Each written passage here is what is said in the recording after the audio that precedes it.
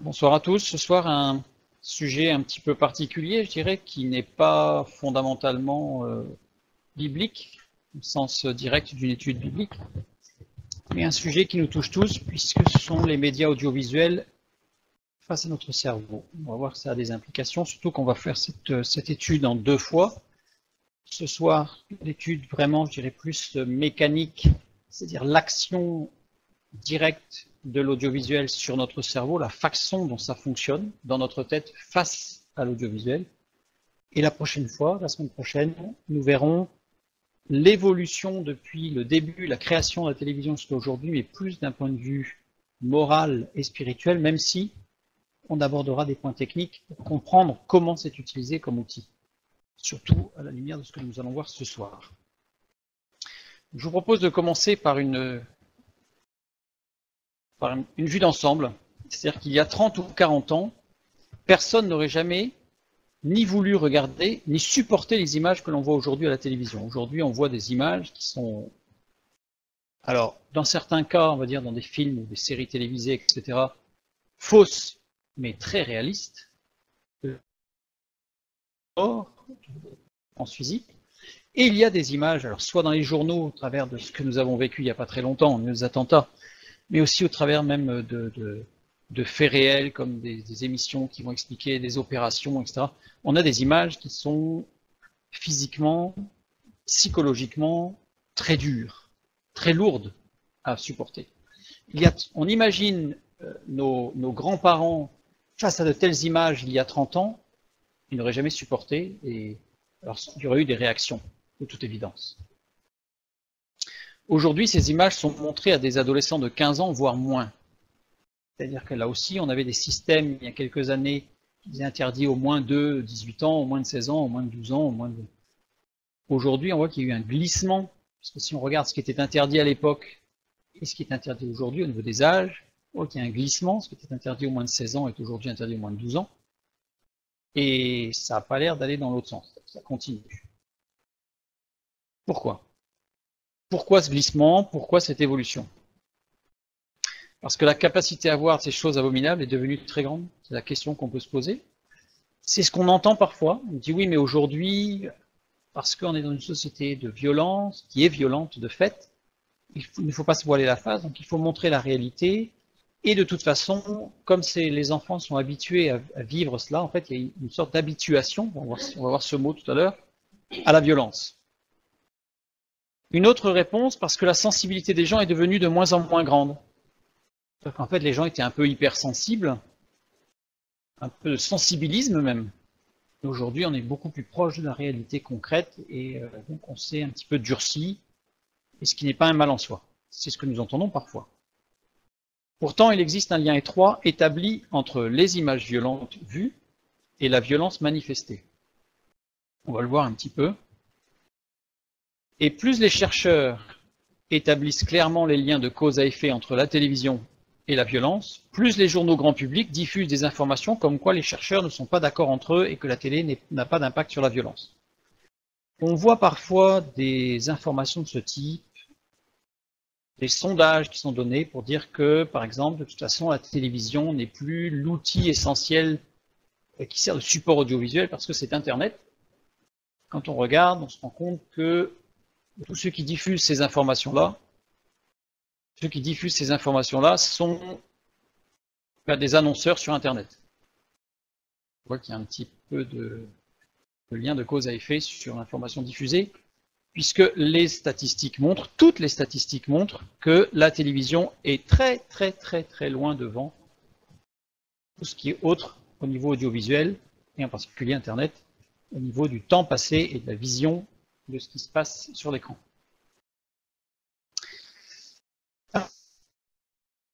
Parce que, sachant que tout ce que l'on va dire par la suite, tout est étayé par des études qui sont menées parfois sur très long terme, puisque certaines études, on va le voir, sont menées sur un suivi d'enfants de 0 jusqu'à 30 ans. Donc l'étude a duré 30 ans.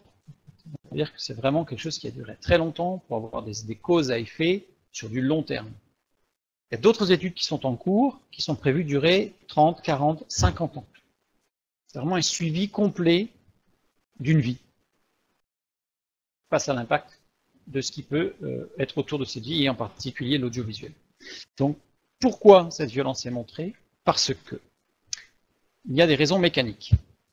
Le cerveau soumis à la violence libère de grandes quantités d'hormones. On va le voir. C'est un réflexe naturel. Entre autres, il manque un mot là, entre autres pour activer la mémoire. C'est-à-dire que la mémoire répond, on ne va pas rentrer dans le détail, mais répond énormément à la sérotonine. Et donc, face à quelque chose de violent, que ce soit sur audiovisuel ou en réalité, il y a une grande libération de sérotonine qui va servir à mémoriser ce qui va se passer juste après l'acte de violence. Pour quelle raison? Eh bien, tout simplement pour se souvenir de cet acte violent, pour que ce soit ancré, parce qu'on va voir que c'est important l'ancrage, pour s'en protéger par la suite. C'est-à-dire que si jamais une telle situation devait se reproduire, il faut que l'on puisse mémoriser ce qui se passe pour savoir comment réagir. C'est-à-dire que si ce qui se passe est négatif, on ne refera pas pareil. Si au contraire c'est salutaire et positif, il faudra absolument refaire pareil. C'est pas en plus, ça fait partie des réflexes naturels de survie.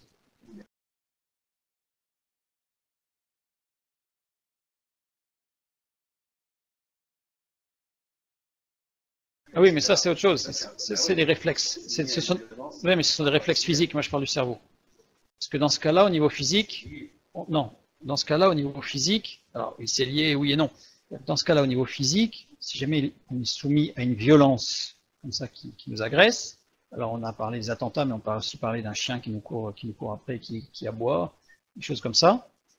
On a une activation de la zone mémoire du cerveau, qui va très rapidement voir si on a déjà connu cette situation ou quelque chose de similaire, et qui va nous faire réagir sans passer par la conscience. Ce sont des réflexes nerveux qui font qu'on va réagir instinctivement, soit par une sorte de pré-programmation, on ne va pas rentrer dans le détail là-dessus, sur l'instinct, soit par la mémoire, justement.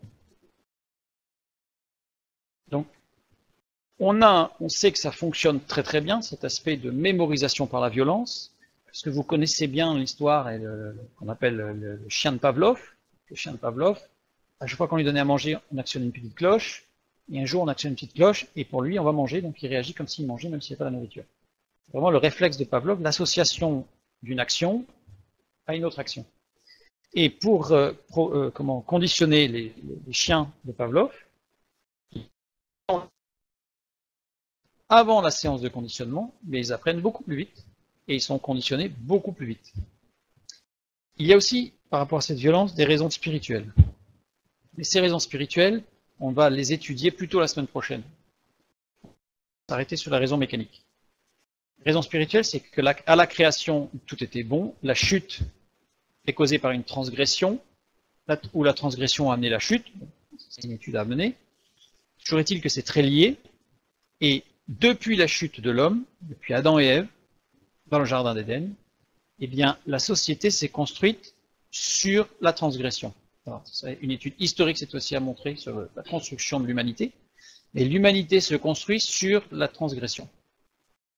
Ce qui n'était pas évidemment prévu au départ, évidemment. L'histoire montre là que la société a évolué par la transgression systématiquement au niveau de l'humanité, mais ça, on en verra ça plutôt la semaine prochaine.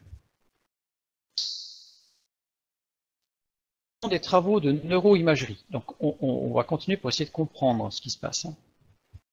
Alors déjà, je fais une toute petite parenthèse pour vous faire remarquer que quand une émission ou un film est coupé par de la publicité, c'est rarement coupé à un moment extrêmement calme où tout le monde est reposé, tout le monde est tranquille. C'est toujours quasiment coupé juste après une scène de montée de stress ou une scène violente. Et là, rien qu'avec ce qu'on a vu, vous venez de comprendre pourquoi, puisqu'en fait, la mémoire va être très active, et donc la publicité va rentrer comme dans du beurre mou chauffé au soleil.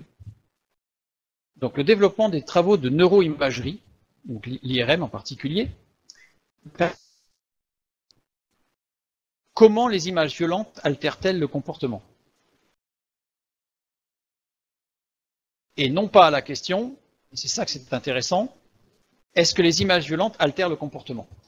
C'est important parce que pendant des années, les scientifiques, les neurologues en particulier, et les sociologues, se sont posé la question, est-ce que les images violentes altèrent le comportement?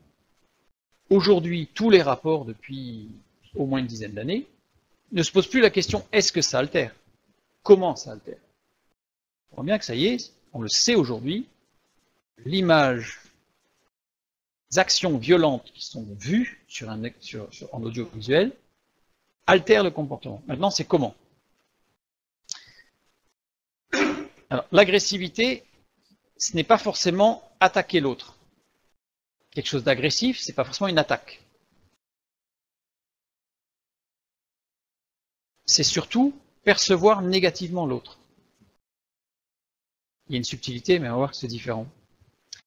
60% des émissions montrent des images de violence. 70% pour les émissions de jeunesse. Les émissions pour les enfants sont plus violentes que les émissions pour adultes. On va le voir un peu plus loin, ça va être, voilà, quelques exemples précis. Un spectateur moyen, donc c'est-à-dire pas un fou furieux de l'écran, un spectateur moyen voit près de 2600 crimes et 13 000 actes violents par an. Ramenez ça à la journée, ça fait beaucoup. Ça fait beaucoup. Pour donner un ordre de grandeur, s'il mourait autant de personnes qu'il en meurt à la télé, en 2 mois, il n'y aurait plus de survivants en Europe. Beaucoup de gens. Beaucoup de personnes. Vous savez, un enfant, la perception qu'il peut avoir est assez surprenante. Moi, pour ma part, pendant très longtemps, depuis tout petit et en grandissant, je me suis rendu compte que c'était pas vrai, mais j'étais convaincu que les gens qui mouraient à l'écran, c'était des gens qui mouraient. Et j'étais terrorisé. Et je me posais une grande question, je me disais, ces gens-là, forcément, ils ne sont pas pris de force parce qu'ils ne joueraient pas dans le film.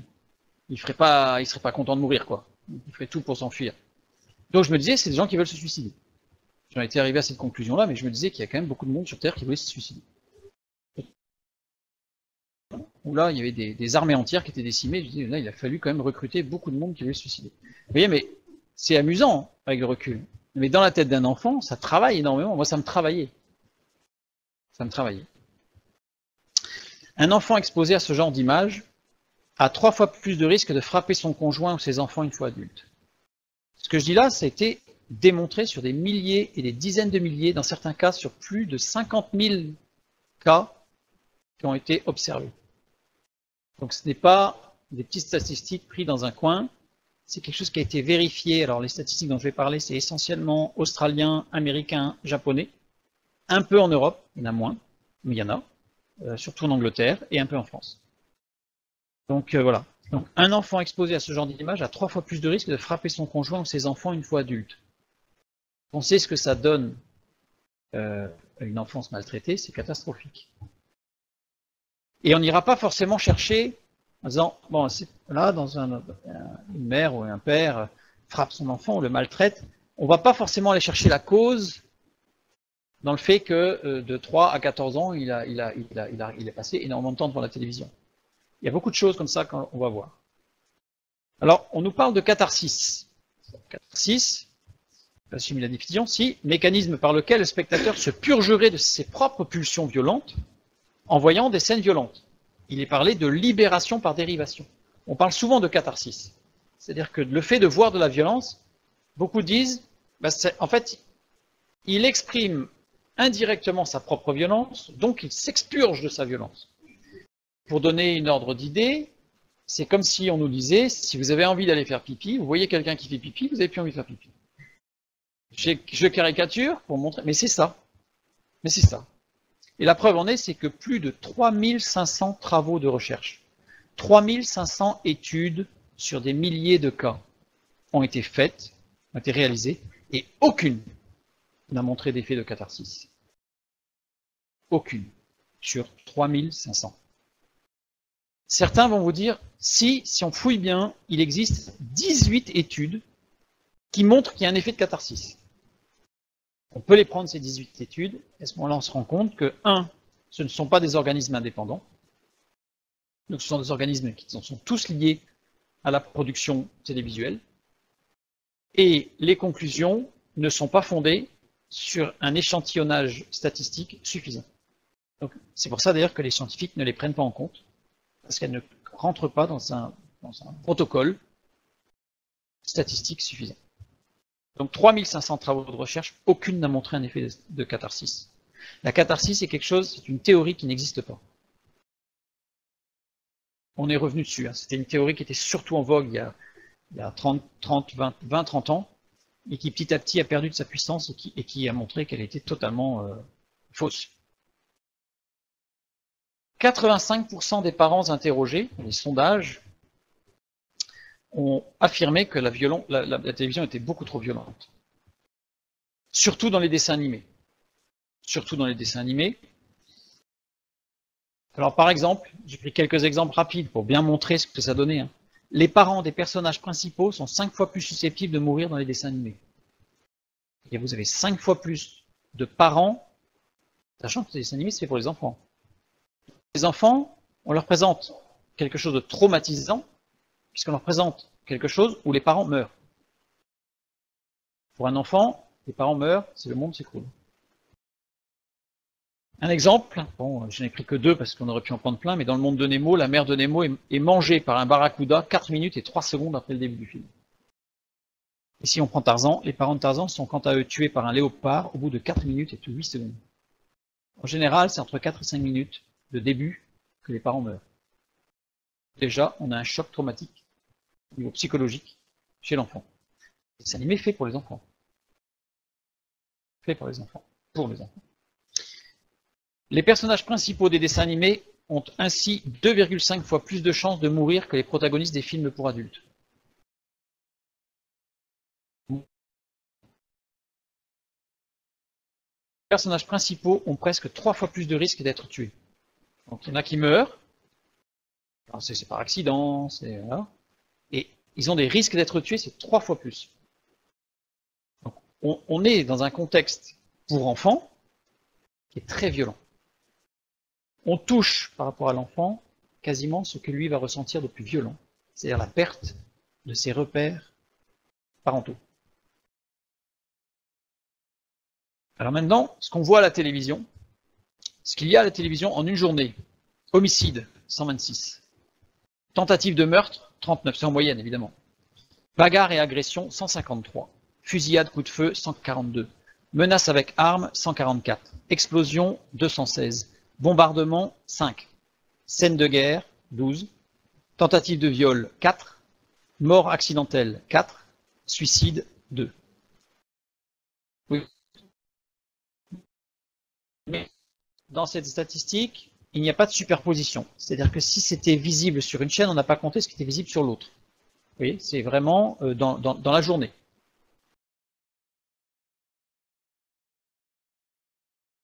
Alors on va le voir un peu plus loin. Tu dis personne ne regarde la télévision 24 heures sur 24. La moyenne des Français de 0 à plus de 80 ans, à partir de 0, donc des Français, elle est de 3h57 par jour. La moyenne des Français. Imaginez ce que ça donne. Il y a quand même une bonne partie des Français qui travaillent et au lieu de travail, il n'y a pas la télévision. C'est-à-dire que le reste du temps, ça charge bien. On va en parler après. Ce qui est encore plus inquiétant, c'est que dans 90% des séries et des films d'origine américaine, parce que j'ai pas les statistiques précises, je les ai pas données parce que j'ai des chiffres pour ce qui est français, mais j'ai pu obtenir des chiffres précis, sûrs, donc fiables. Je ne les présente pas. Dans les américaines, on sait que ça c'est sûr, c'est 90% des séries. Les actes violents proviennent des gens qui sont bons, les gentils. Le policier, le sauveur, le justicier. Non, il peut être un violent. C'est-à-dire que c'est justifié. C'est-à-dire que les actes violents faits sont justifiés parce qu'il est là pour sauver les gentils. C'est extrêmement grave. En fait, dans 90% des cas, la violence est justifiée parce qu'il fallait le faire, parce que c'était bien. C'est très grave. Hein. Maintenant, vous avez tous entendu parler du neuromarketing. Je ne vais pas aller à fond sur le neuromarketing. Alors non, donc je vais expliquer un tout petit peu. Le neuromarketing, c'est l'étude de la façon dont fonctionne notre cerveau pour adapter la publicité pour que le cerveau la reçoive de facto. Et on va le voir que ça passe sous le seuil de conscience. Je répète, on va utiliser les failles de notre cerveau pour faire rentrer le message publicitaire de façon presque inaperçue. On va prendre donner quelques exemples. Alors, je répondrai à cette question, Eric, un petit peu plus tard. Comment répondre à l'argument violence fictive comme image réaliste de la société? On va en parler un petit peu après. Le neuromarketing. Voilà ce qui a été dit. On va voir par qui après. Visez le petit, l'enfant. Préparez votre cible. Marquez-la au front le plus tôt possible. Seul l'enfant apprend bien. Un peu plus loin, une citation. Les cigarettiers, les limonadiers savent que plus tôt l'enfant goûtera, plus il sera accro. Les neurosciences ont appris aux entreprises les âges idéaux auxquels un apprentissage donné se fait le plus facilement. Les scientifiques qui ont étudié le fonctionnement du cerveau depuis des années ont compris comment fonctionnait le cerveau à différents âges, on va un tout petit peu en parler après, comment il est malléable, il est de moins en moins, et comment il apprend, qu'est-ce qu'il faut faire pour qu'il apprenne. Et on va, ces résultats de recherche fondamentale vont être transmis à ces marchands, pas du business, mais à ces marchands de publicité, pour faire des publicités qui seront de plus en plus efficaces, et même à l'insu des personnes qui vont voir cette publicité. Donc ceux qui ont écrit ça, c'est Patrick George et Michel Baddock dans un livre. Voilà. Ils sont des spécialistes, qui sont des neurochirurgiens et qui ont une société aussi de neuromarketing. C'est vrai qu'il y a le lien quand même entre les deux. Il y a des ponts qui sont très sérieux. Les résultats de la recherche fondamentale sont au service des industriels. Les résultats de la recherche fondamentale, c'est quoi? Le principal acteur du choix, la vue. On sait qu'au niveau sensoriel, notre cerveau, 50% de la zone qui gère les sens est prise par la vue. 50% de tous les sens. C'est la vue le plus important. Un exemple. Un test en aveugle d'une boisson cola. 70% au goût préfèrent le Pepsi Cola. En aveugle, avec des canettes qui sont blanches, on fait goûter du Coca-Cola et du Pepsi Cola. 70% des personnes, et ça marche quasiment chaque fois, préfèrent le Pepsi Cola au goût. 30% donc préfèrent le Coca-Cola. Lorsque la canette est vue, c'est-à-dire qu'on montre la canette et on fait goûter.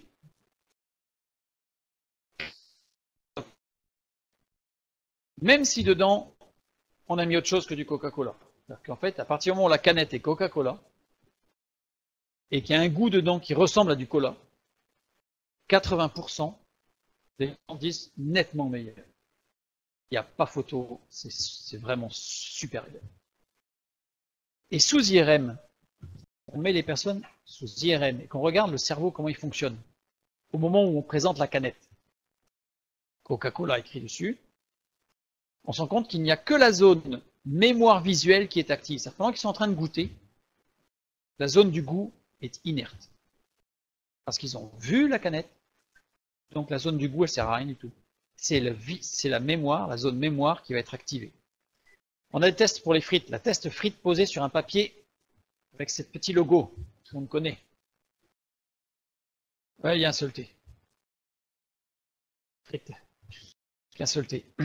Donc test de la frite posée sur un papier avec le logo McDonald's.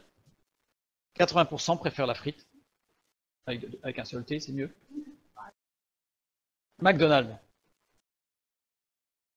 Parce qu'ils ont vu McDo, et pourtant, dans les tests, parce que je les ai lus les tests, hein, ce sont les mêmes pommes de terre. Donc, frites de la même manière, en fait c'est le même bac, ils ont juste pris les mêmes, et ils ont mis, il y en a un sur un paquet McDo, mais ce qui est impressionnant, c'est les commentaires.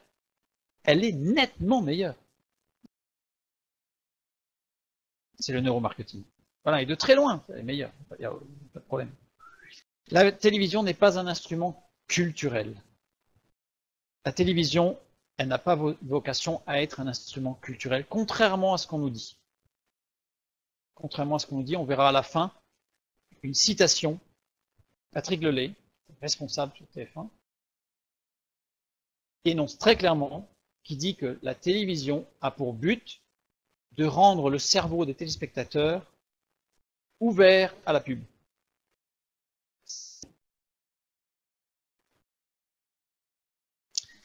Comment fonctionne notre cerveau, justement? Le cerveau est influençable. Quelques exemples. Si on voit l'image d'une vieille dame et que juste après on décide d'aller aux toilettes,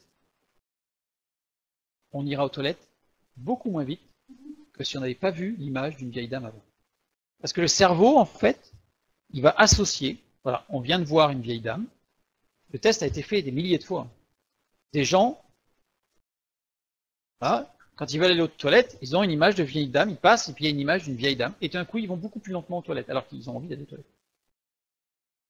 Si on voit deux personnes faire un bras de fer, on regarde un match là, ils s'affrontent là, un bras de fer, notre biceps se contracte. Alors évidemment, il ne va pas se contracter, on ne va pas le sentir, la crampe.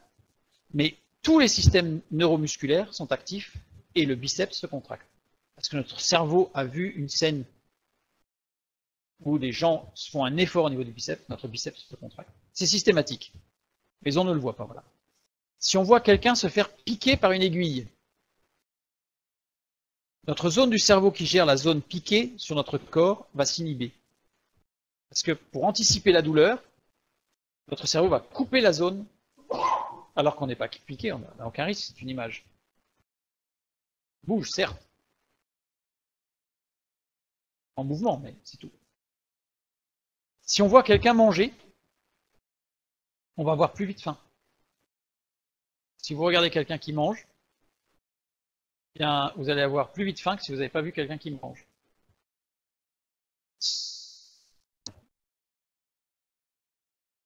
La voix, donc dès que nous tous, dès qu'on voit la pomme, toutes les zones du cerveau qui servent à saisir la pomme sont engagées. C'est un réflexe. Il y a une pomme sur une table, on passe, tout en nous est prêt pour prendre la pomme.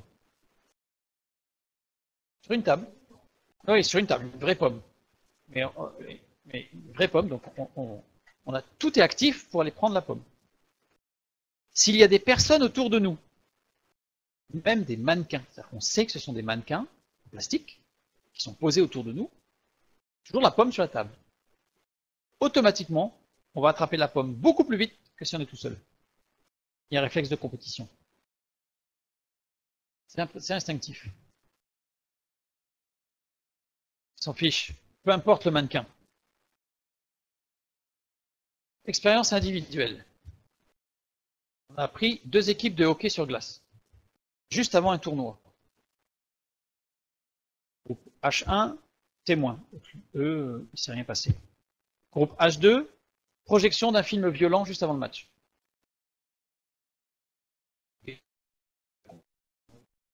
Évidemment à la fin, mais voilà, c'est un film violent. 3 fois plus de fautes et de coups pour l'équipe H2. L'équipe H2 a été sur le terrain très violente. Il y a un lien de cause à effet systématique. Pas une fois, c'est tout le temps. Des enfants en maternelle. Groupe M1, témoin. Donc pareil. Groupe M2, projection 1 heure par jour des programmes prévus pour les tout petits. C'est-à-dire qu'on leur fait une projection pendant 1 heure d'un programme spécifiquement étudié pour les petits, pour l'apprentissage, voilà, un moment de détente, sur 1 heure. Fait par des pédiatres, des enseignants, bref. 4 fois plus de comportements asociaux primaires pour les enfants du groupe M2. 4 fois plus.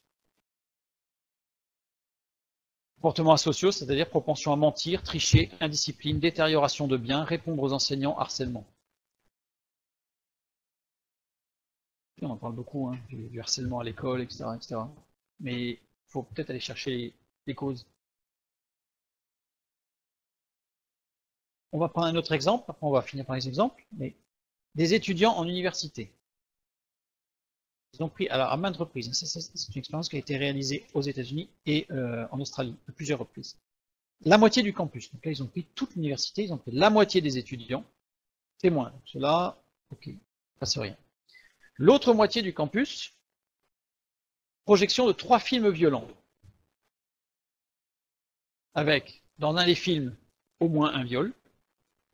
Dans un autre film, des massacres. Alors ça peut être le bon qui tue parce qu'il faut les tirer test, j'en sais rien. Et dans le troisième, des meurtres. Puis,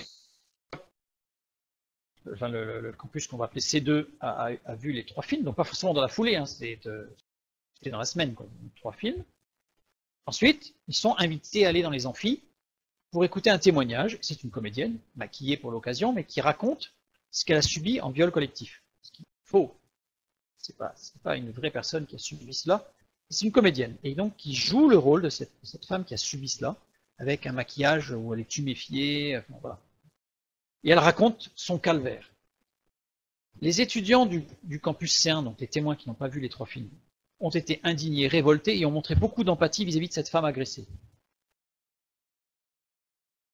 Et les étudiants du groupe C2 ont minimisé tous l'agression, même les filles, en disant « Il n'y a pas de fumée sans feu, elle l'a bien cherché, ce n'est pas si grave. »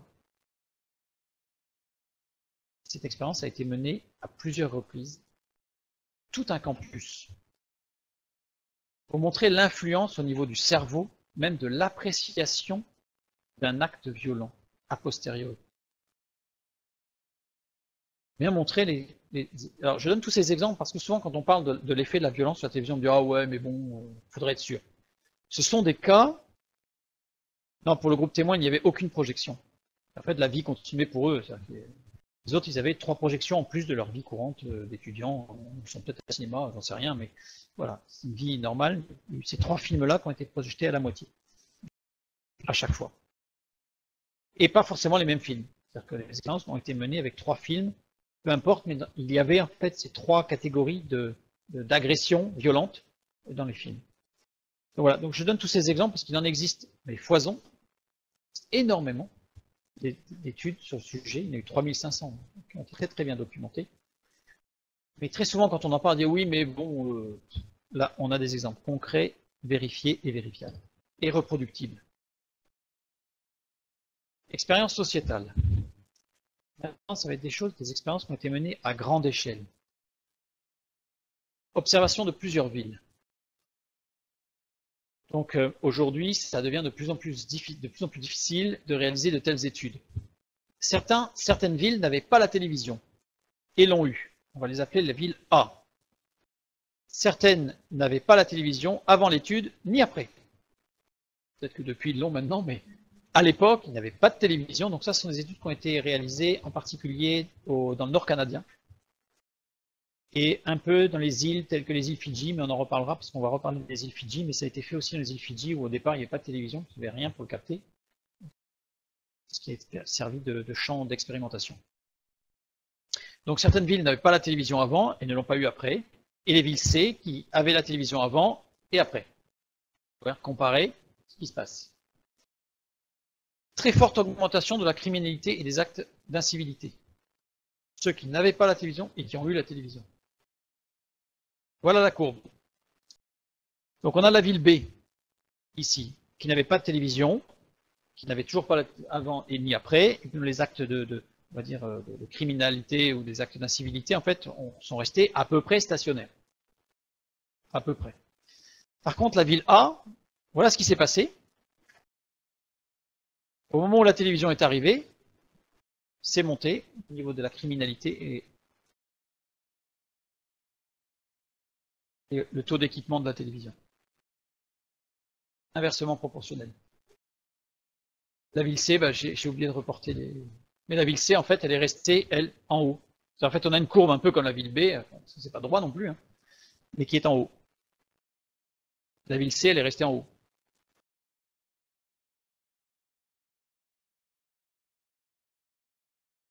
C'est pas crescendo tout le temps, mais ça monte quand même drôlement. Ça monte quand même drôlement.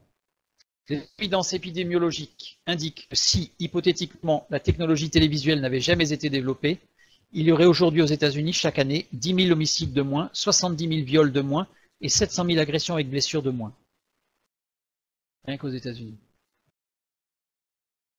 Oui, c'est sur l'ensemble de la population.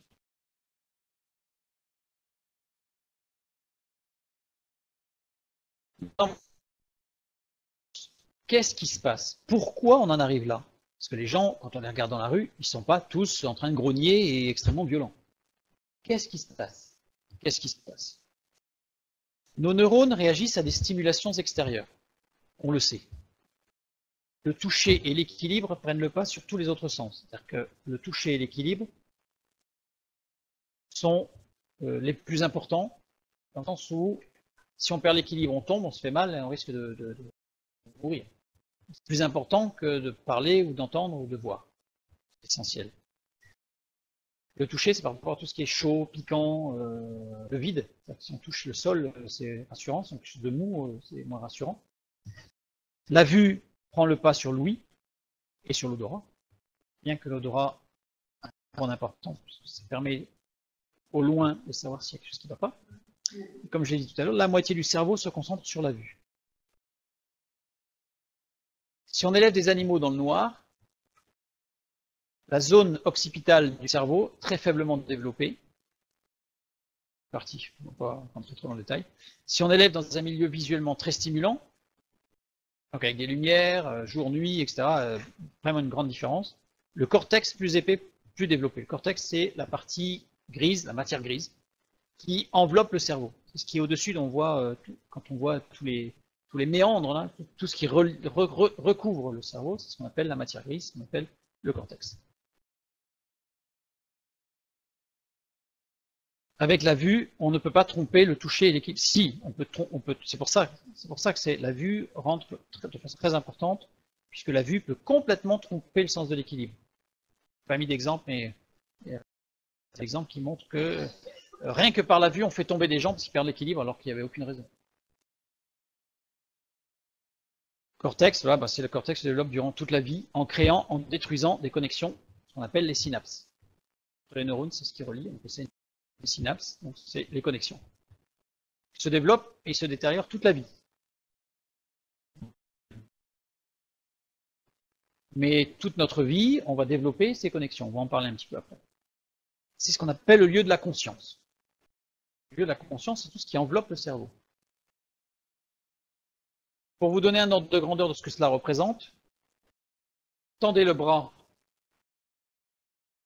Et tout ce que vous voyez, c'est l'inconscient, sauf la surface de l'ongle de votre pouce qui représente le conscient. Vous voyez à peu près ce que ça donne en surface, en ratio, en rapport. Donc le cerveau, on a la zone temporale droite, ici, donc l'avant étant ici, hein, les orbites. Reconnaissance des visages, ce qui permet de reconnaître les visages. Jugement en moins de 100 millisecondes.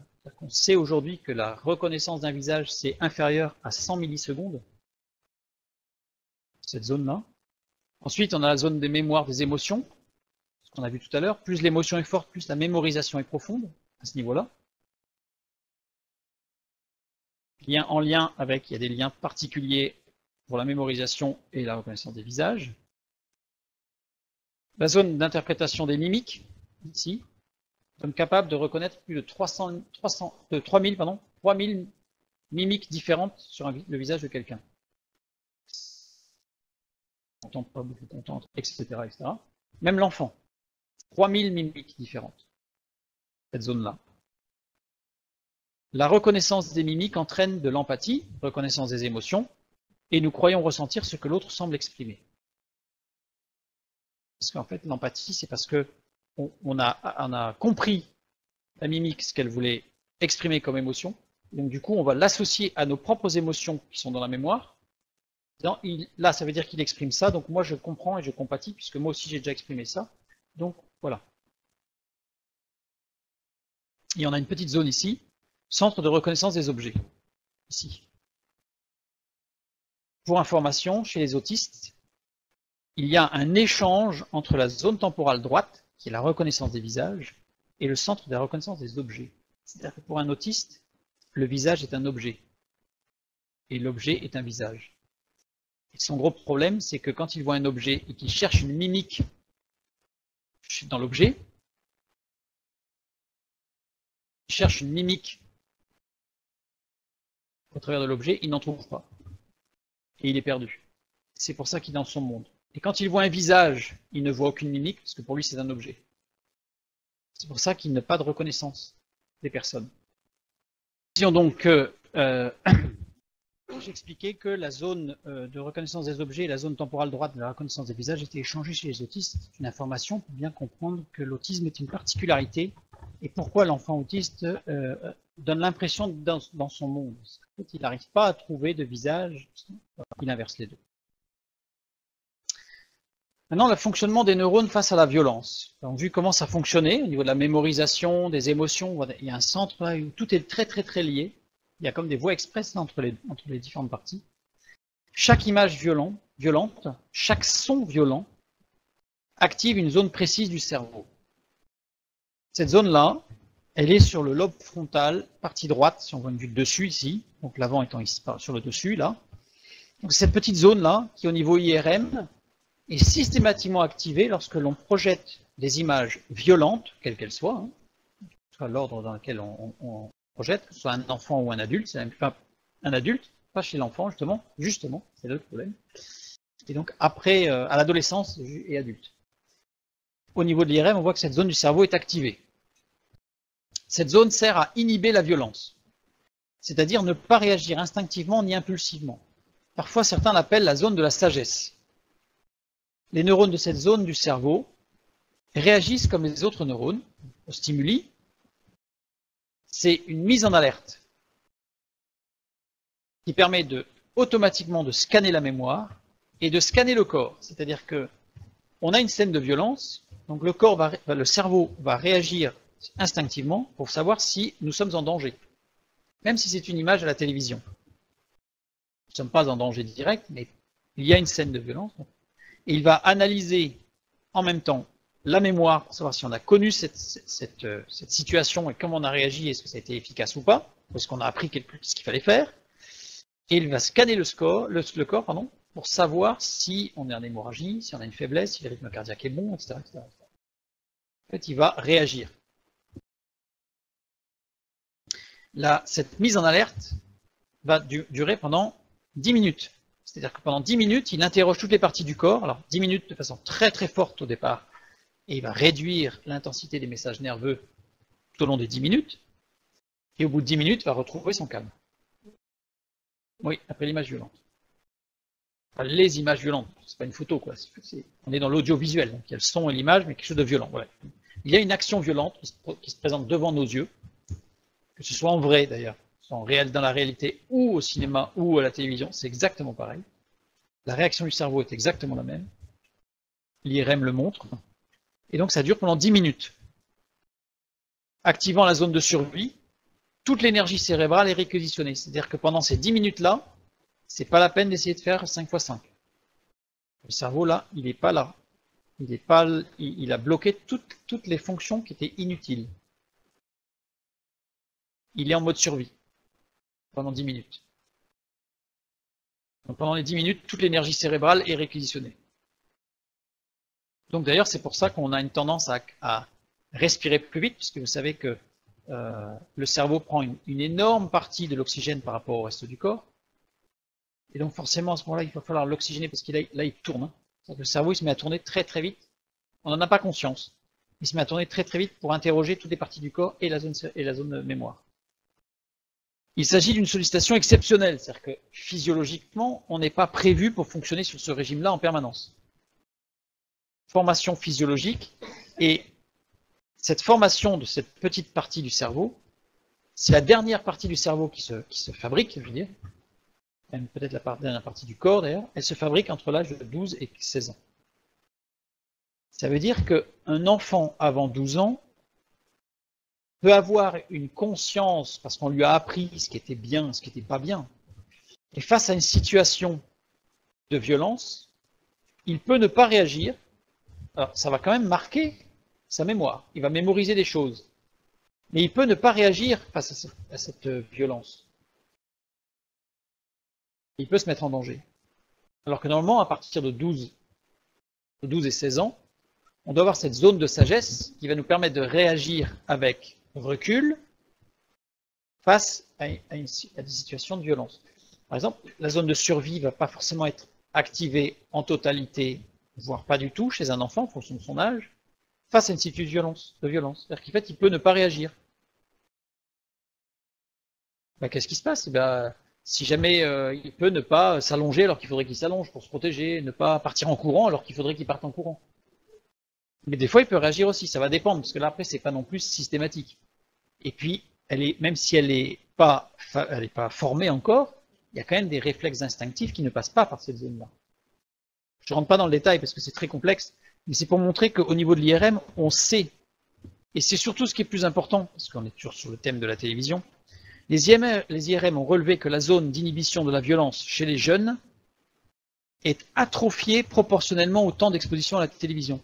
C'est-à-dire que vous avez des neurologues qui passent des IRM sur des adolescents ou des jeunes personnes, après 18 ans, mais jeunes, qui sont capables de dire à la lecture de l'IRM le temps passé devant la télé, en moyenne par jour, de cette personne, en fonction de cette zone, si elle est plus ou moins atrophiée.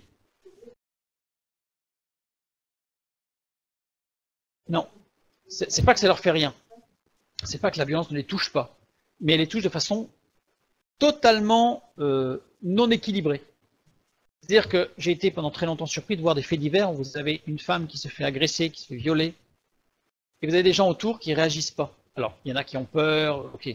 Mais globalement, et c'est ce que disent les neurologues dans énormément de rapports, c'est qu'on est arrivé aujourd'hui à une étape où on a la génération actuelle des 20-40 ans sont ceux qui ont le plus consommé de télévision, et on a le plus de jeunes, surtout aux alentours de 20-30 ans, qui sont au niveau de cette zone-là atrophiés. Il faut savoir que cette zone, elle ne se reconstruit jamais.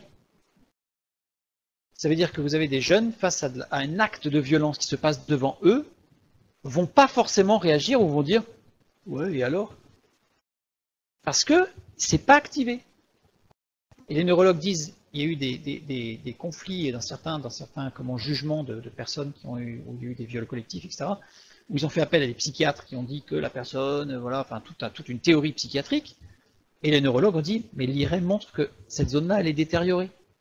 Donc vous pouvez le mettre dans une maison spécialisée, lui faire un stage, etc., etc. Quand il va sortir, il n'a toujours pas la conscience de ce que cela peut représenter comme violence.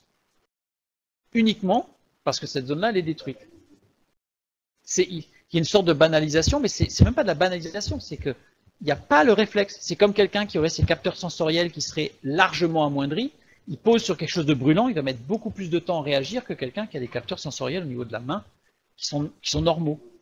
Nous, dès qu'on touche, on l'enlève. Mais à la limite, même avant de toucher, parce que le rayonnement chaud fait qu'on a le réflexe d'enlever la main. Mais quelqu'un comme ça, il va laisser sa main et ça va commencer à brûler, qu'il va sentir et il va l'enlever, mais ce sera trop tard, il sera brûlé. C'est un peu la même chose. C'est un peu la même chose. Et donc, par contre, cette zone-là, elle est très développée, elle est normale, on va dire, mais elle est très développée chez ceux qui ne regardent pas la télévision. Voilà. Et on a toute une gradation. C'est pas tout ou rien, toute une gradation. Et ça dépend des gens, mais on a des moyennes. On a des moyennes statistiques qui montrent que. Donc, celui qui aujourd'hui voudrait affirmer que la télévision, quand je parle de la télévision, c'est le cinéma, c'est les jeux vidéo, etc., mais tout ce qui est audiovisuel, n'agresse pas les cerveaux, on a des références aujourd'hui qui montrent que c'est extrêmement destructeur.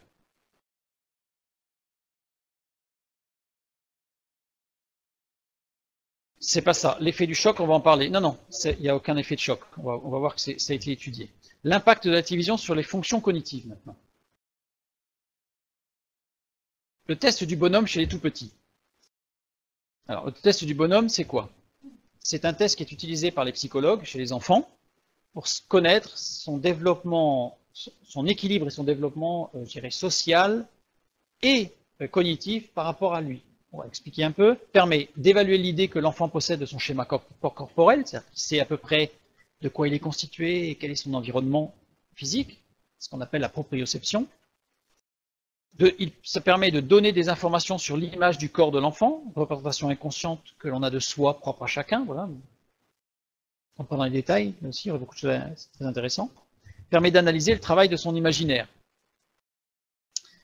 Et il y a une corrélation directe avec le test de QI. Le test du bonhomme est très efficace et il a été démontré depuis des années et des années. Pas de souci là-dessus. Dessin réalisé par des enfants de 5 ans regardant la télévision 1 heure par jour. Parce qu'aujourd'hui, faire des tests sur des enfants qui n'ont pas regardé la télévision, qui ne regardent pas la télévision de manière régulière chaque jour, ça devient très difficile. Donc maintenant, les références, c'est voilà, c'est que 1 heure par jour. Ou moins, mais que 1 heure par jour. Voilà le dessin d'une représentation, le test du bonhomme chez des enfants de 5 ans qui regardent la télévision 1 heure par jour. Et voici maintenant le même dessin pour des enfants qui regardent 1h30 par jour, c'est-à-dire 30 minutes de plus par jour, en présence d'une télé allumée. Ils ne sont pas forcément assis devant en train de regarder l'écran. Ils sont pendant 1h30, et 1 heure c'était pareil, hein. 1 heure c'était pas forcément à regarder la télévision, mais dans la pièce où la télévision est allumée. Ils ont aussi 5 ans. C'est dramatique. C'est dramatique. C'est déjà beaucoup 1 heure. Dans 1 heure, c'est pas... Oui, mais pourquoi? Parce que ça fait des années et des années que c'est notre référence. Maintenant, si vous prenez les tests, les livres de référence de psychologie du test du bonhomme, non, c'est pas de la perte d'attention, pas du tout, on va voir. Si on prend les livres de référence du test du bonhomme, on va voir que, si on prend les livres d'il y a 20 ans, la référence pour un enfant de 5 ans, c'était à peu près ça. La référence aujourd'hui pour un enfant de 5 ans normal, c'est ça. Ça veut dire que si un enfant se met à dessiner ça, on va dire il est surdoué.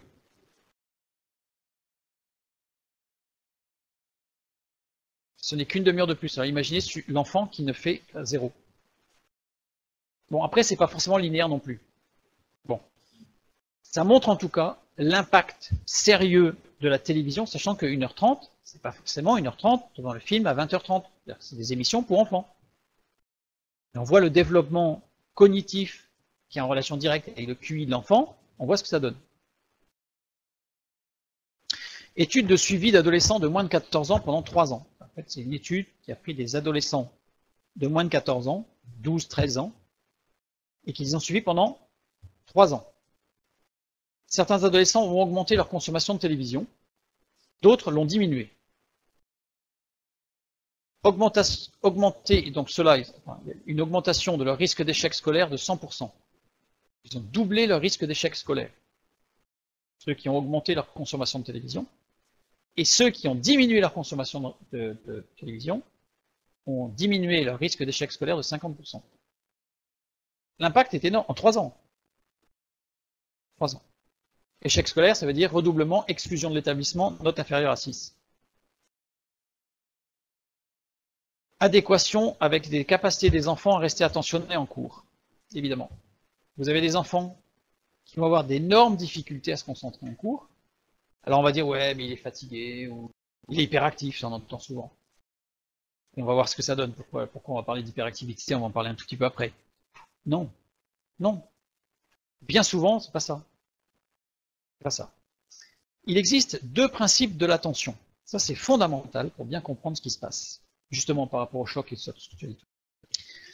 On a l'attention dirigée. Alors l'attention dirigée, c'est quoi? C'est ce qu'on appelle la colonne vertébrale de l'intelligence, c'est-à-dire que je fais mes devoirs, je fais un exercice, je lis un livre qui me plaît, je suis concentré sur mon livre, donc j'ai tout mon aspect cognitif qui va être concentré sur ce que je suis en train de faire. Et on a, donc c'est ce qu'on appelle le mode d'apprentissage, c'est-à-dire que si on est concentré, là tout rentre, on apprend, parce que voilà, on est concentré, toute notre énergie cérébrale est là-dessus, et on a l'attention captée. L'attention captée, c'est le principe instinctif de sauvegarde. C'est-à-dire que, là je suis en train de parler, si tout d'un coup il y a un énorme bruit d'un côté, tout le monde va regarder ce qui se passe au niveau du bruit. Parce que ce bruit-là est une agression, il y a un risque potentiel que ce soit dangereux pour moi, donc il faut que ça prime sur tout le reste, à savoir est-ce que je suis en danger. Si je suis en danger, il faut que je m'allonge, il faut que je parte en courant, enfin je peux faire quelque chose. Donc ça c'est l'attention captée. Et là, on tombe dans ce qu'on a vu tout à l'heure. Hop, le cycle du système d'urgence s'est mis en route pendant 10 minutes. Donc pendant 10 minutes, c'est plus la peine. J'ai plus de concentration, j'ai plus de capacité de mémorisation. Je suis en mode survie. Mode sauvegarde. Ou mode survie. L'attention captée détruit l'attention dirigée, évidemment. Parce que même si je suis concentré, s'il se passe quelque chose, toc, c'est fini. Alors, un adulte qui a l'habitude d'être en attention dirigée, on estime qu'en moyenne, pour les meilleurs, c'est 1 minute. Il faut 1 minute pour quelque chose qui attire l'attention et on revient et on se concentre. Il faut 1 minute pour se reconcentrer. Ça peut aller jusqu'à 10 minutes. En général, les adultes, c'est entre 1 et 5 minutes. Un enfant, ça ne peut pas être inférieur à 10 minutes. Ça peut pas être inférieur à 10 minutes. 20 minutes de télé, sachant que la télévision, quand on met les enfants sous IRM, et l'adulte aussi, on va en parler un petit peu après, de l'adulte, mais là de l'enfant, dès qu'il y a un son qui va être plus fort que les autres, un flash lumineux, un changement de plan, c'est-à-dire que dans le cerveau, c'est pas normal. C'est-à-dire que le cerveau, c'est pas normal qu'on voit quelqu'un qui court, d'un coup, top, ça s'arrête et il fait nuit ou on est le lendemain. Il y a un problème. Le cerveau se met automatiquement en mode survie. Parce qu'il y a un problème. Vous savez, il n'y a pas que l'être humain. Les tests ont été faits sur les animaux. C'est-à-dire que sur les animaux, ils ont montré, avec un effet, bon bref, un objet. Ils mettaient une pente sur une table et il y avait des animaux un peu plus loin. L'objet, par exemple une pomme, roule sur la pente et elle tombe. Ça fait du bruit. Les animaux, des oiseaux, des chats, des chiens, etc., se retournent parce qu'il y a un bruit, toc, et puis c'est quelque chose de normal. Un objet, une pomme tombe, ils voient que c'est une pomme, c'est bon. Ils font l'inverse, c'est-à-dire que la pomme, elle remonte. Pas naturel. La pomme, elle remonte. C'est-à-dire qu'elle roule sur le plan incliné, et arrivée au lieu de tomber, hop, elle monte au plafond. Eh bien, on a relevé le même principe de sauvegarde chez les animaux. C'est-à-dire qu'il y a un truc qui n'est pas normal. Alors, ça ne dure pas 10 minutes chez un oiseau, mais ça dure une fraction de seconde. Mais l'oiseau, il reste figé, parce qu'il y a un truc qui ne va pas. Pour l'enfant, on a le même problème. Et c'est pour ça qu'un enfant, il est en mesure... Il y a des parents qui disent « Mais mon enfant, il n'a pas de problème d'attention, je le mets devant la télé, 3 heures après, il est encore devant la télé. » Mais c'est normal, parce qu'en fait, il est en attention captée. Il ne peut pas sortir du champ télévisuel. Parce qu'il est en mode survie. Et je peux vous assurer que si vous regardez un dessin animé ou un film ou quoi que ce soit, des modes de survie, vous en avez largement avant toutes les 10 minutes. Donc il n'a pas le temps de sortir de cette phase, qu'il en a une autre, et donc en fait, il est en train d'épuiser sa capacité neuronale. Je réponds tout de suite, je finis juste la phrase. 20 minutes de télé chez un enfant, la ressource cérébrale est épuisée pendant 4 heures. C'est-à-dire qu'un enfant de moins de 9 ans, quand il a passé 20 minutes devant la télé, pendant les 4 heures qui suivent, l'énergie cérébrale, il ne peut pas ni mémoriser, il va pouvoir comprendre, mais il ne va pas mémoriser. Ça va pas tourner. Parce qu'il est épuisé. Comme si nous, on se mettait à faire une course à pied de plusieurs kilomètres, et après on nous dit, bon bah alors maintenant, on se fait un petit jeu, on va sauter la corde. Il nous faut un moment pour récupérer. Là, c'est la même chose. Oui. Les enfants de 0, bah alors, là, en l'occurrence, sur l'attention captée, l'attention dirigée, ça c'est pour tout le monde. Mais plus l'enfant est jeune, plus plus l'attention captée va jouer un rôle important. À 9 ans, c'est pas que je considère. À 9 ans, ça met toujours 10 minutes.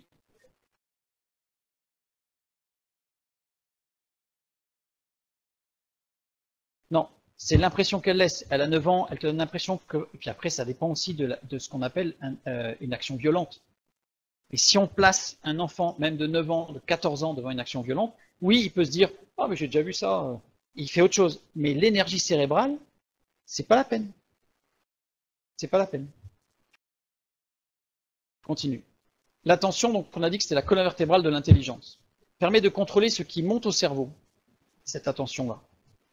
Les informations sont filtrées, ne laisse passer que ce qui l'intéresse. En capté, c'est le mode survie, donc il n'y a plus rien d'autre. Les capacités d'attention dirigée augmentent avec l'âge, donc pour... Oui, les neurones ne se renouvellent pas. C'est pas certains neurones. C'est toutes les neurones, il n'y en a aucun qui se renouvelle. C'est les synapses qui se renouvellent. Les neurones ne se renouvellent pas. On est avec des neurones et on commence par... Ça se détruit au fur et à mesure de notre vie, mais c'est les synapses qu'on peut augmenter, donc on peut contrebalancer la perte de neurones par des synapses, par l'augmentation du nombre de synapses. On en parlera peut-être tout à l'heure. Les informations donc sont filtrées, ne laissent passer que ce qui l'intéresse, ce qui permet d'inhiber les interférences, donc bloquer ce qui manque. Alors, quand on est en ce qu'on appelle la capacité de concentration, c'est-à-dire si on est concentré, en fait, on va inhiber les interférences, c'est-à-dire que s'il y a des bruits aux alentours, etc., on va réussir à rester concentré et sur ce livre ou sur autre chose. Sélection des zones du cerveau à activer et faire taire celles qui ne le sont pas utiles. Dans les deux cas, c'est vraiment l'attention qui est importante. L'attention s'apprend d'abord dans le jeu, puis la lecture, les activités physiques. C'est-à-dire que l'attention dirigée s'apprend, je dirais, dès la minute après la naissance. On va le voir un petit peu après. Tout au long de sa vie, on continue à apprendre et à gérer cette attention dirigée. Mais la mise en place des processus cognitifs lors des premières années sert de socle pour tout le reste des apprentissages cognitifs durant toute notre existence. On va le voir, je dirais quasiment, c'est la première année d'existence qui va poser les fondations de tout ce qui va être construit par la suite. Si on a une fondation qui est défectueuse, on va avoir une construction qui va être ce qu'elle peut être. L'enfant dans le parc, je prends l'exemple. L'enfant prend un objet, une peluche, ou comment elle s'appelle, Sophie la girafe. Sophie la girafe. L'enfant prend la peluche. Quelques secondes après, il la jette ou la perd, parce qu'il la fait tomber, car il n'y a pas à la tenir, il est vraiment petit. Il va la reprendre un peu plus longtemps, et puis un petit peu plus longtemps, et puis un petit peu plus longtemps. C'est la répétition des gestes qui fait qu'il va comprendre que quand il lâche sa tombe, qu'il peut serrer plus fort, moins fort, que Sophie la girafe, s'il la serre vite, elle va faire un petit bruit, enfin bref. Il apprend. Qu'est-ce qui se passe quand il est en présence d'une télévision allumée? C'est ce qu'on appelle le système d'ancrage attentionnel. Et les schémas de plus en plus complexes. En fait, au départ, c'est des schémas du cerveau qui vont être très simples. Je lâche la girafe. Petit à petit, elle va tomber par là. Si je la mets à côté, elle va tomber de l'autre côté. Bref, il se construit. Les enfants de 1 à 3 ans soumis à une présence audiovisuelle d'arrière-plan, c'est-à-dire qu'ils ne sont pas devant, ils sont dans un parc, dans leur parc par exemple, et les parents sont en train de regarder la télé. Et les enfants, ils ne sont pas devant la télé. Ils peuvent la regarder, mais ils ne sont pas devant, ils jouent avec Sophie la girafe. Change de jouet plus fréquemment. Pourquoi? Parce qu'à chaque son plus fort, à chaque flash lumineux, l'enfant, il va regarder ce qui se passe. Du coup, toute l'action d'ancrage qu'il était en train de faire, il va le perdre. Puisqu'il y a attention captée. Il n'est plus dans l'attention dirigée. Donc sa construction va être défectueuse. Si c'est qu'une fois, évidemment, c'est pas grave, mais ça va être des milliers de fois. Des milliers de fois. Résultat, il ne va pas construire son attention dirigée. L'ancrage attentionnel ne se fera pas. Donc on sait qu'un enfant en présence d'une une présence audiovisuelle, télévision en l'occurrence, allumée, change de jouet plus fréquemment, présente des schémas ludiques moins riches, va moins construire ses jeux, et affiche des plages de jeux raccourcies. On va commencer à voir, on se dire, ah, mon enfant, c'est un hyperactif, parce qu'il change de jeu en permanence. Alors que pas du tout. Parce qu'il s'avère que des enfants hyperactifs, il y en a très peu. Ça existe, mais il y en a très très peu. Et plus de 80% des enfants que l'on dit être hyperactifs ne sont pas hyperactifs. Ce sont simplement des troubles de l'ancrage attentionnel. Soit moins concentrés durant les plages de jeu. Donc ils sont beaucoup moins concentrés, puisqu'en fait, ils n'apprennent pas à construire leur concentration. Une étude suivie d'enfants pendant 25 ans. C'est une qui de toute la scolarité. Ah oui, en anglais, on confond les deux, c'est bien dommage. 1 heure de télévision par jour à l'école primaire. 43, donc ils ont suivi des enfants de la naissance jusqu'à 25 ans. 1 heure de télévision par jour à l'école primaire. 43% de risque en plus de terminer ses études sans diplôme. 1 heure par jour d'exposition à la télévision à l'âge de 3 ans.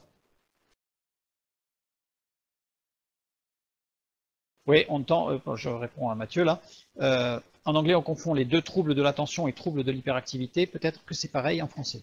On tend maintenant à le confondre puisque c'est rassurant pour les parents et puis ça évite pas mal de soucis, puisque sinon ça remettrait en cause un fonctionnement sociétal assez important. Je reviens. 1 heure par jour d'exposition à la télévision à l'âge de 3 ans. Probabilité de troubles attentionnels à 8 ans 2 fois plus importante. 1 heure par jour d'exposition à la télévision de 5 à 11 ans. 50% de plus de probabilité de troubles attentionnels à 13 ans. 1 heure par jour d'exposition à la télévisuelle à 14 ans. 44% de plus de probabilité de troubles attentionnels à 16 ans. Et quand on a un trouble attentionnel à 16 ans, on a 4 fois plus de risque d'échec scolaire. Sachant que tout ça, ça se cumule. Tout ça, ça se cumule. Parce qu'en général, l'enfant qui, à l'école primaire, regarde à 3 ans, il regarde 1 heure. De 5 à 11 ans, il va continuer à regarder la télévision pendant 1 heure. Et à 14 ans, il va continuer à regarder la télévision pendant 1 heure. Donc en fait, il va cumuler tout ce qui lui arrive là. Résultat des courses, l'échec scolaire est quasiment garanti. Voir qu'au niveau sociétal, on a réussi à pallier le problème. Après avoir mené 14 analyses sur les résultats, les chercheurs ont pu vérifier c'est bien la consommation télévisuelle qui cause des problèmes d'attention. Ça, c'est vérifié sur des dizaines de milliers de cas à travers le monde. Et non les problèmes d'attention qui poussent à regarder la télévision. Certains disent, oui, mais l'enfant, en fait, comme il a des problèmes d'attention, en fait, il est amené à regarder la télévision. C'est l'inverse. C'est la télévision qui va créer des problèmes d'attention. Maintenant, le QI et la télévision, justement. L'un des effets de cette défaillance attentionnelle, c'est la réduction du champ cognitif. Réduction du champ cognitif dit réduction du QI. Diminution du QI. Quotient intellectuel. La capacité, tout ce qui est construction cognitive, c'est-à-dire relier des causes à conséquences, des conséquences à causes. Bref, une construction cérébrale d'un problème. Une situation, c'est pas forcément un problème. Une situation. Construction, même une construction d'un jeu, par exemple. Imaginez un jeu avec des petites voitures. Tout ça, c'est la construction cognitive. Tous les ans, les étudiants américains passent un test d'aptitude d'entrée en université, le SAT, Scholastic Assessment Test. Le système américain n'est pas comme le nôtre. C'est-à-dire que le système américain, vous avez des études, vous arrivez à un équivalent du bac, on va dire, et pour faire des études supérieures, vous avez un test qui s'appelle le SAT. Tout le monde passe le SAT, le même. Et en fonction des résultats que vous avez au SAT, vous pouvez choisir votre université, votre orientation. C'est pas comme nous où il faut choisir, je dirais presque dès la seconde, l'orientation, ce qu'on va faire. Puis ensuite, il faut choisir son baccalauréat. Et en fonction de son baccalauréat, on aura des ouvertures sur des écoles ou pas. Bref. Le système américain, c'est chacun fait les études de base. Et ensuite, on a voilà, le SAT. Donc ce SAT, il existe depuis 1901. Donc ça fait plus d'un siècle. On a des résultats du SAT.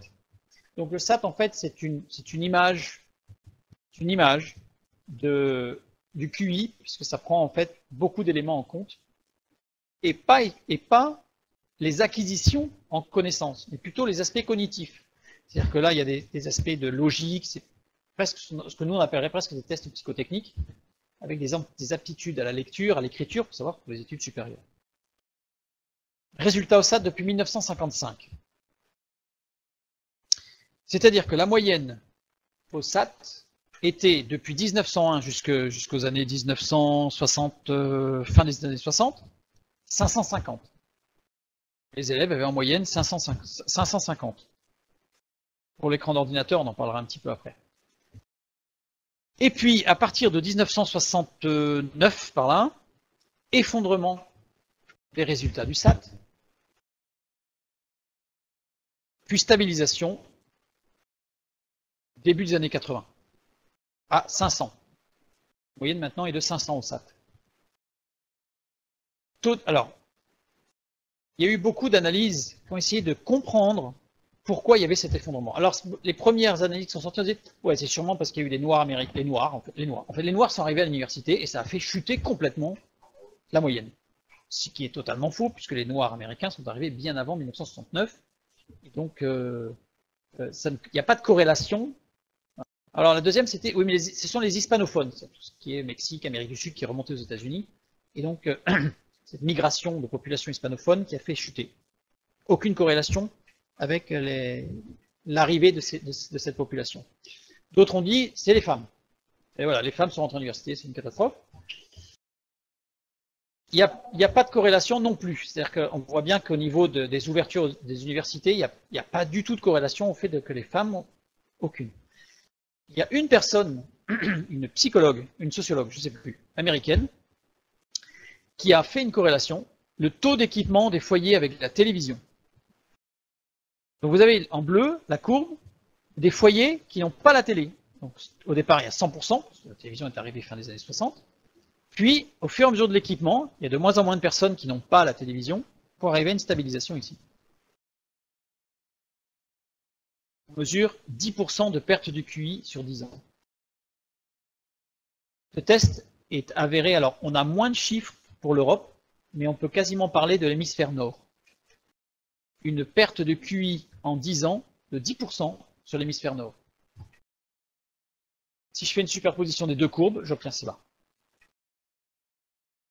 Aujourd'hui, c'est reconnu que c'est le taux d'équipement de la télévision qui a amené la chute, la perte de 10% de QI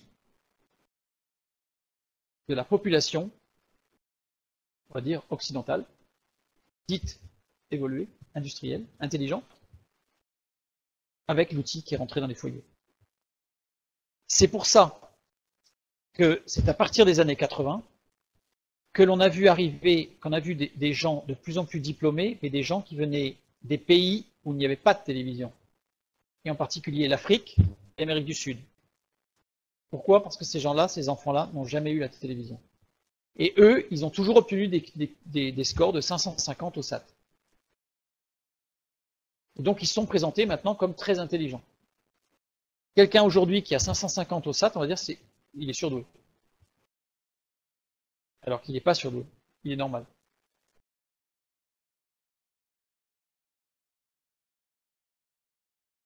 Maintenant, le langage et la télévision. L'un des effets de la défaillance attentionnelle, c'est la réduction du champ lexical. Sur les tout-petits, des chercheurs ont établi 3 groupes d'enfants de 12 à 18 mois, issus de milieux socioculturels identiques, évidemment, sinon on ne pouvait pas faire de comparaison. Groupe A, groupe témoin, pour lesquels les scientifiques ont vu les parents et leur ont dit qu'ils reviendraient un mois plus tard. Bonjour, voilà, on va revenir dans un mois, au revoir. Voilà. Deuxième groupe, le groupe B. Les parents avaient une liste de 25 mots courants à enseigner à leurs enfants.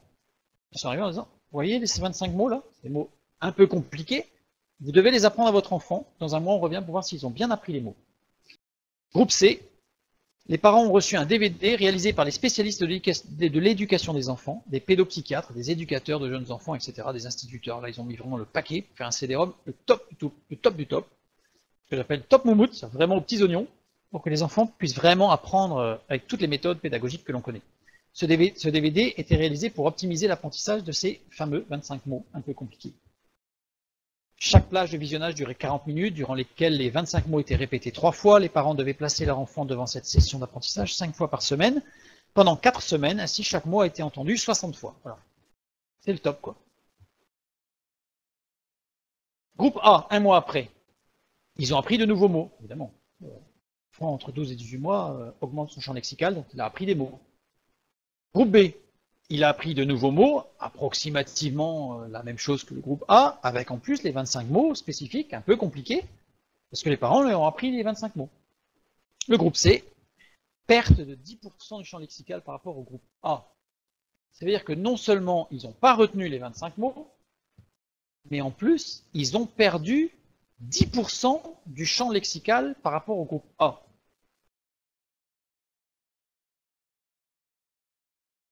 Énorme. L'enfant apprend par mimétisme. Parler en face à face avec sa maman, essentiellement avec ses parents. Communiquer en lui montrant que l'on est attentif à lui, ça c'est le face à face. La télévision, parce que la télévision elle dit, ceci est une cuillère. Si l'enfant il est, oh tiens, il y a une mouche qui passe, ceci est une cuillère. Et il regarde et c'est plus une cuillère qui est à l'écran, c'est un éléphant. Bon. Voilà, il retient pas, il n'y a pas de corrélation, il n'y a pas de vie. Même si c'est super bien fait, etc., il n'y a pas de vie. Donc, alors que le face-à-face, en fait, c'est une communication en lui montrant qu'on est attentif à lui. Et surtout, il apprend aussi des règles de la conversation. Il apprend qu'à un moment donné, quand je parle, il ne faut pas qu'il parle. Enfin, ça va se faire petit à petit, parce que c'est très long. C'est l'apprentissage cognitif, c'est la répétition, c'est des occurrences, c'est des récurrences, bref. On a la reformulation, parce que souvent, quand l'enfant il essaye de prononcer quelque chose, ah, tu veux parler de quoi? Ah non, alors, hop, on reprononce, ou on prononce autrement, on va donner un autre mot. Donc, il va entendre des choses, il apprend. Jeu de mots sur les synonymes, on va avoir tendance à dire, voilà, on va donner des synonymes. Ah, bah tu vois, c'est ceci, c'est cela, on va donner des synonymes.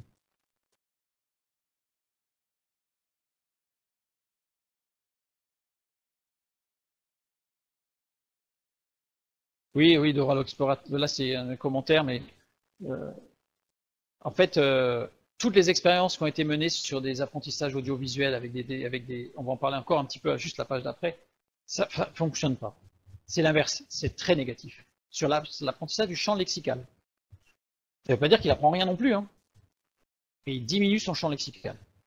Voilà, donc là, quand on est en visuel avec l'enfant, s'il prononce quelque chose, on va rigoler parce qu'il a mal prononcé. Donc ça va nous faire, alors on va dire d'autres, non mais rigoler, on va s'amuser avec l'enfant. C'est-à-dire qu'en fait, on va lui donner d'autres prononciations, puis des mots un peu plus tordus, puis s'il a donné un mot qui ressemble à un autre, on va lui dire ce que c'est que ce mot. Bref, on va augmenter considérablement le champ lexical environnant de l'idée de départ. Capacité de voir où le regard de l'autre porte, ça c'est très important. Quand la maman elle est avec l'enfant, la maman, on est capable, nous, quand on est avec quelqu'un, on sait si la personne nous regarde ou si elle regarde juste à côté, derrière notre oreille, là, juste parce qu'il y a quelqu'un derrière qui l'intéresse. On est capable de déceler une déviation de l'axe visuel de 1/10 de degré dans le regard de l'autre. La maman, elle va déceler ça immédiatement. Si l'enfant regarde quelque chose, même si c'est juste à côté de ce qu'elle lui montre, tout est ah non, ça c'est pas l'éléphant, c'est Sophie la girafe. Pourtant, c'est juste à côté. Il y a toute une interaction en fait qui se fait. Alors, 1/10 de degré près. Là, j'ai mis une petite vidéo qui dure juste pour montrer en fait ce qui se passe quand la maman est avec l'enfant. Et regardez bien les yeux de l'enfant. Regardez bien, regardez. Il ne regarde pas que la bouche, regardez. Il regarde les yeux, à un moment donné, il a regardé la gorge, vous voyez? C'est-à-dire que l'enfant, il va regarder, la maman elle est en train de parler, elle est en train de faire peut-être areux, mais il regarde tout. Et souvenez-vous tout à l'heure, ce qu'on a vu, la différence entre l'autiste qui est un objet où il n'y a pas de vie, et quand vous avez Dora l'exploratrice, ou que vous avez un autre dessin animé ou un personnage qui n'exprime pas les 3000 expressions d'émotion sur un visage, eh bien, on n'active pas les mêmes zones du cerveau. Donc l'enfant face à un ordinateur, même s'il n'active pas les mêmes zones du cerveau. 70% des mots prononcés dans une famille, c'est la maman. Et oui, le papa, il n'en prononce que 30%. Alors, sachez que dans une famille, quand une télévision est présente dans la famille, on considère qu'il y a 30% de mots en moins, c'est comme si le papa se taisait. Plus de son, plus d'image.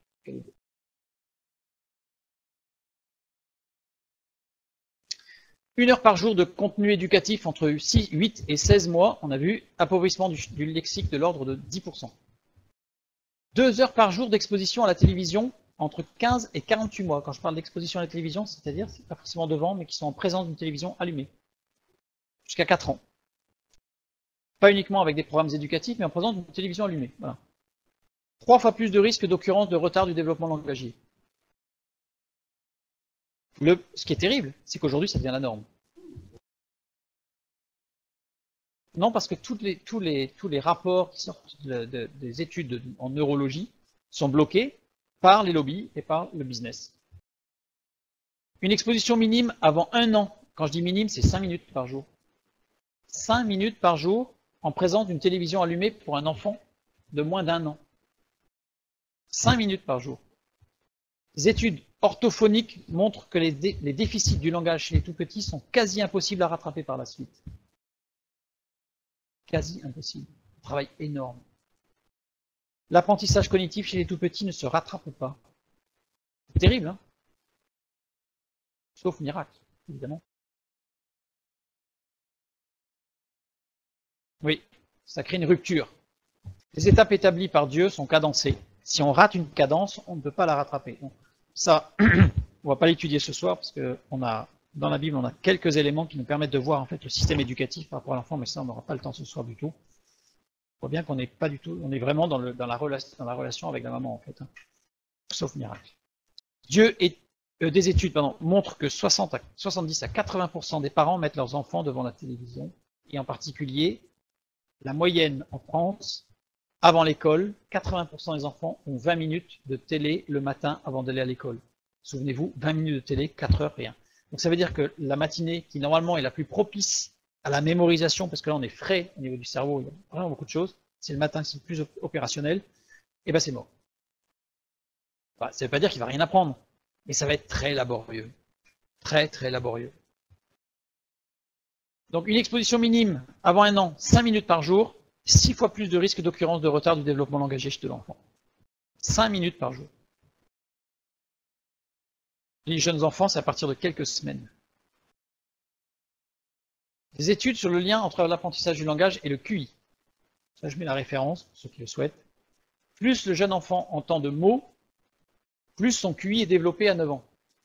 Souvent, on pense que plus l'enfant parle, plus son QI va être développé à 9 ans. Non, ça n'a aucun rapport avec le QI. Tout montre que ça n'a pas de rapport. C'est intéressant parce qu'il peut s'exprimer et c'est vraiment très intéressant. Mais le rapport au QI, c'est le nombre, les mots qu'il entend. Plus il y a de réussite scolaire, plus il entend de mots, plus il y a de réussite scolaire. Avec prédiction, c'est-à-dire que quand on sait ce que l'enfant entend, c'est-à-dire en général, on le sait par le milieu socioculturel. Plus le milieu socioculturel est élevé, plus le nombre de mots qu'il va entendre va être important. Et plus il y a de réussite. Mais c'est pas parce qu'il est dans un milieu socioculturel. C'est le nombre de mots qu'il entend dans la famille. Le nombre de mots différents, mais aussi les répétitions. On va voir ça. Voilà, alors un graphique rapide. La naissance, ici.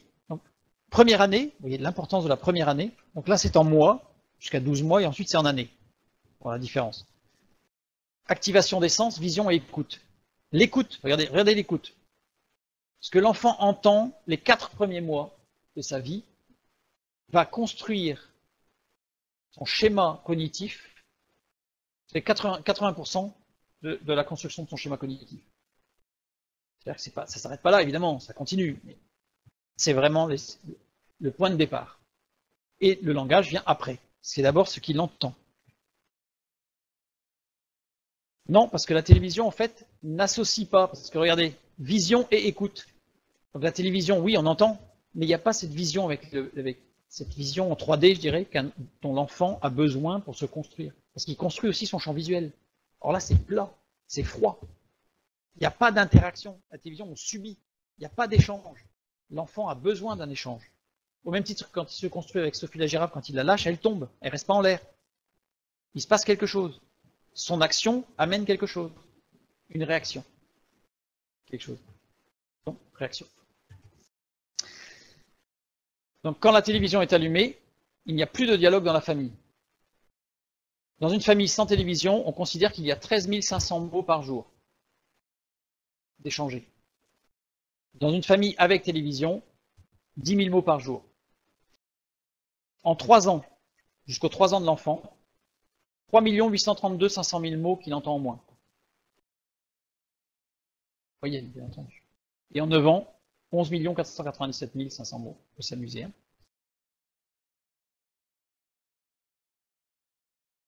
Les neurones envoient des signaux pour communiquer entre eux. Ça, on le sait, c'est ce qu'on appelle les synapses. Donc les neurones envoient des informations au niveau dans le cerveau. Et quand l'information, voilà, elle passe, ça crée des connexions synapses. Tout simplement. Donc plus on va envoyer, plus il va y avoir de mots différents, plus il va y avoir des occurrences, et plus, hop, ça va créer des connexions, donc des synapses.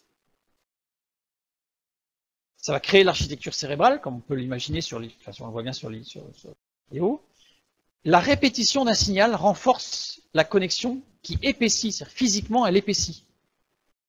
À l'inverse des connexions, les connexions peuvent ou pas. Ah oui, c'est ça. À l'inverse, les connexions peu, santé ou pas utilisées se réduisent et disparaissent. Voilà ce que ça représente, c'est-à-dire que on a des synapses qui se sont créées parce que des informations ont été échangées. Quand les mots sont répétés, alors pas forcément rabâchés, répétés dans la conversation, à ce moment-là, ce qui se passe, c'est que la connexion va s'épaissir, comme pour former une sorte d'autoroute, elle va se consolider, et par contre, à l'arrière, vous voyez, toutes celles qui ne sont pas utilisées, elles vont disparaître. C'est ça qui fait la nécessité dans la famille du dialogue. Quand on parle de la famille, ceci, ça va être à l'école, ça, mais tout ce qui va être dialogue en direct, face à face, en associant le champ visuel à l'ouïe. Et là, on va construire justement tout le schéma, toute l'architecture cérébrale.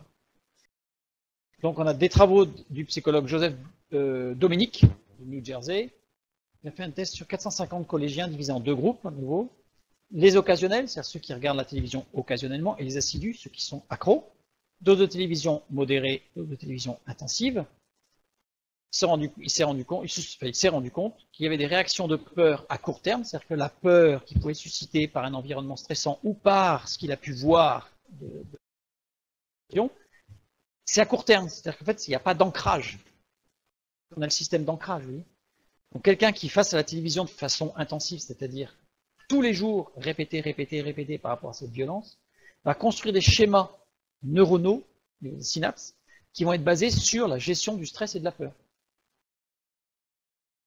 À des scènes de violence, ou même après, inconnu, il arrive dans une classe nouvelle, il y a du stress. Ça va durer beaucoup moins longtemps pour les enfants qui regardent peu la télévision ou occasionnellement, alors que chez les enfants qui regardent la télévision tout le temps, il va y avoir une réaction de peur qui va durer très longtemps, d'anxiété. Non, sensible dans la réaction, c'est-à-dire qu'il voit quelqu'un se faire taper dessus, il dit ouais, il s'est tapé dessus. Par contre, ça va occasionner un stress intérieur, mais qu'il ne sait pas le gérer, puisqu'il n'a pas l'outil. Qu'est-ce qu'il y a de plus stressant d'être face à une situation qu'on ne peut pas gérer? Eh bien, l'enfant se trouve dans cette situation. Il ne peut pas la gérer. Et donc, il va être en stress permanent. Le spectacle répété de programmes de télévision joue un rôle de miroir déformant, pouvant rendre certains peureux et anxieux. Donc voilà, difficulté de prendre du recul, angoisse, perception exagérée du niveau réel de la violence dans notre société, mais intérieurement, parce qu'il ne sait pas la gérer. Nombre de meurtres, de vols, d'agressions, de viols, etc., etc. Il vit dans un monde, en fait, où il y a des choses qu'il ne comprend pas. Il peut le savoir moralement, par la morale, comme on dit, par les leçons de morale, que c'est pas bien. Il sait que c'est pas bien, parce qu'on lui a appris que c'était pas bien. Mais il ne sait pas gérer le cerveau, biochimiquement. Il ne sait pas gérer action-réaction. Il va jouer que sur la mémoire. La stimulation visuelle favorise la formation du cortex, on le sait. Mais il y a des seuils au-delà desquels il y a destruction. En fait, on peut stimuler, si on fait des stimuli visuels, c'est-à-dire qu'on peut, par exemple, des enfants qui sont aveugles de naissance, et qui n'ont pas aveugles de naissance par défaut de connexion cérébrale, pas par rupture du nerf optique ou des choses comme ça, pas par déficience mécanique. On peut reconstruire cette vision uniquement par des stimuli de champ visuel, du champ visuel par des lumières, bon, on ne parle pas dans les détails. Donc, mais il y a un seuil, c'est-à-dire que si on a un stimuli visuel qui est trop violent, on va détruire. On peut mesurer la vitesse d'apparition des images et de leur intensité. Alors, ce qu'on peut faire, il existe des appareils, ça a été développé par le Japon d'ailleurs, qui vont mesurer la vitesse d'apparition des images et de leur intensité, la corrélation entre les deux, avec des limites maximales acceptables, qui sont des lignes vertes. Sachant qu'on a des zones de couleur rouge, puisque vous savez que les écrans sont de couleur rouge, vert, bleu, système additif. Donc la partie couleur rouge et la partie des couleurs bleues sur le dessous. Là, j'ai pas mis, il aurait fallu une 3D pour le jaune. Mais on peut avoir la même chose pour le jaune. On ne peut pas faire sur un seul plan 3 couleurs. Donc, sinon, il aurait fallu faire en 3D pour le jaune. Donc on peut avoir d'autres rouge et jaune ou bleu et jaune. Voilà. Là, c'est un exemple. Prenons le diagramme pour quelques secondes du dessin animé Pikachu, épisode numéro 38. Il n'est pas pris au hasard. Voilà ce qui se passe.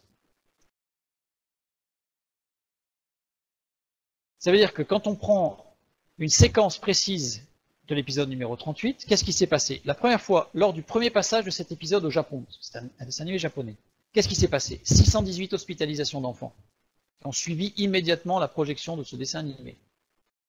Pour crise d'épilepsie, vomissement, malaise. C'est la vitesse d'apparition des images avec leur intensité. En fait, il y a des flashs lumineux. C'est comme un spot, comme une lumière stroboscopique. Lors du dessin animé, il y a des flashs lumineux.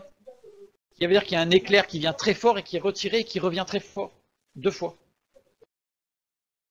C'est des images de couleur rouge, parce que c'est la superposition du rouge et du bleu qui va donner différentes couleurs, le dégradé de couleurs. L'écran ne fonctionne qu'avec le rouge, le vert et le bleu, plus ou moins. Il y a toujours du rouge et du bleu. Et c'est une superposition de 3 calques.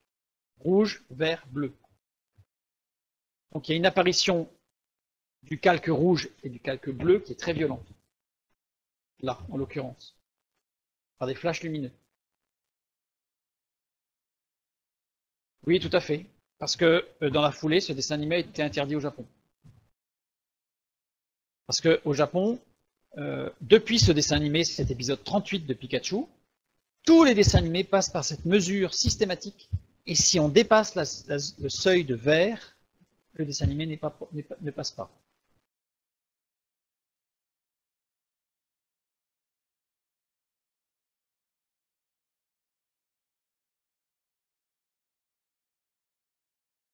Par contre, chez nous, il est passé et parfois il continue à passer. Maintenant, le rythme cérébral, activité cérébrale, échange électrique entre les neurones, c'est ce qu'on a vu tout à l'heure, avec une oscillation électromagnétique. C'est-à-dire que plus il y a d'échanges entre neurones, donc plus il y a de signaux nerveux envoyés par les synapses, plus le champ électromagnétique est important. Au repos, yeux fermés, on obtient ce qu'on appelle les ondes alpha, qui sont ici. Oui, on a aussi Dragon Ball, mais il y en a plein. Hein. J'ai pris l'exemple de Pikachu, mais il y a plein. Il y a plusieurs. Tout ce qui est très violent, tout ce qui est dans les combats, là, on a Dragon Ball, on a les Chevaliers du Zodiac, on a plein de choses. Ondes alpha. Donc les ondes alpha, on les voit là. Ce que ça donne au niveau cérébral quand quelqu'un est au repos, les yeux fermés, donc vraiment dans la détente. Période d'activité intense et donc de concentration, attention dirigée, on a avec des ondes bêta qui vont se traduire par un diagramme de cette forme-là. On voit qu'il y a une activité cérébrale importante. Et état de somnolence ou d'hypnose, ainsi que lors de la mémorisation d'informations, c'est-à-dire quand on est concentré et qu'on n'a pas de la réflexion, mais qu'on a de la mémorisation, on a des ondes θ qui ressemblent à celles-ci, qui sont beaucoup plus plates.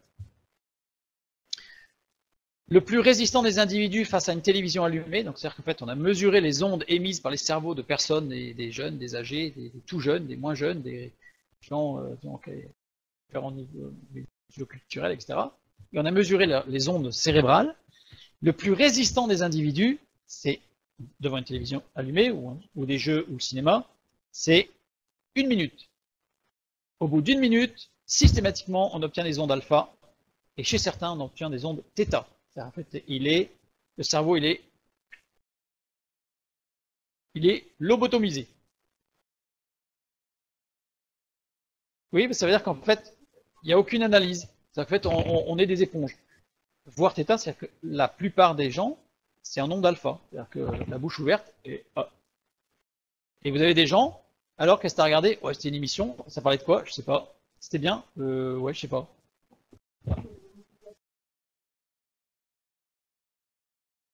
C'est-à-dire qu'en fait, on va retenir surtout la pub. C'est surtout la pub que tu vas retenir. Parce qu'il faut cumuler. Parce que là, on va être en onde θ. Mais c'est-à-dire qu'il va y avoir la pub quand ça va être violent. Donc tu vas activer ta zone de mémorisation intense juste après. Donc, en fait, c'est très bien fait. C'est très très bien fait. Là, je fais des résumés, j'arrête pas de faire des résumés parce que c'est très très compliqué. Mais parce que sinon, on en aurait pour la nuit. Mais voilà, l'objectif, c'est de montrer que le plus résistant de tous, c'est 1 minute. Imaginez 1 minute, c'est rien. Dans un film qui dure 1h30 ou 2 heures, la première minute, c'est-à-dire pendant le générique, vous êtes en capacité de dire que le générique il était drôlement bien. Et vous absorbez toute la violence, tout ce qui peut se passer, vous absorbez. Et on va voir ce que ça donne. Pourquoi d'ailleurs? On sait que l'exposition à la télévision perturbe la sécrétion de mélatonine. La mélatonine, c'est une hormone centrale de régulation des rythmes chronobiologiques qui est surtout synthétisée la nuit d'ailleurs. Tout ce qui va le séquençage dans la journée des heures de repas, des heures où il faut dormir, ta vie, tous tes biorhythmes qu'on appelle. La mélatonine régule beaucoup de sécrétions hormonales. J'ai pas les chiffres pour savoir si cette minute elle se renouvelle. Tant que la télévision est allumée, c'est pas la peine, ça c'est sûr. Mais je sais pas au bout de combien de temps que la télévision est éteinte qu'on arrive à retrouver des ondes bêta. Je sais pas. Faudrait que je regarde. La mélatonine est aussi un antioxydant. Elle a un rôle particulier dans la protection de l'ADN nucléaire et dans l'ADN mitochondrial. Et c'est un antioxydant qui a un rôle dans le système immunitaire. C'est très important la mélatonine. Et la télévision perturbe la sécrétion de mélatonine. Les études semblent montrer que plus l'écran est grand, parce que sinon je vais avoir la question, plus la perturbation de sécrétion de la mélatonine est importante. Les grands écrans plats énormes, là, bah, c'est pire. Par contre, plusieurs études, aucune étude n'a montré un résultat sur un effet sur les yeux. C'est-à-dire que ça n'abîme pas plus ou moins les yeux. Voilà. Grand ou petit. On sait que manger devant la télévision fait en moyenne manger 30% de plus.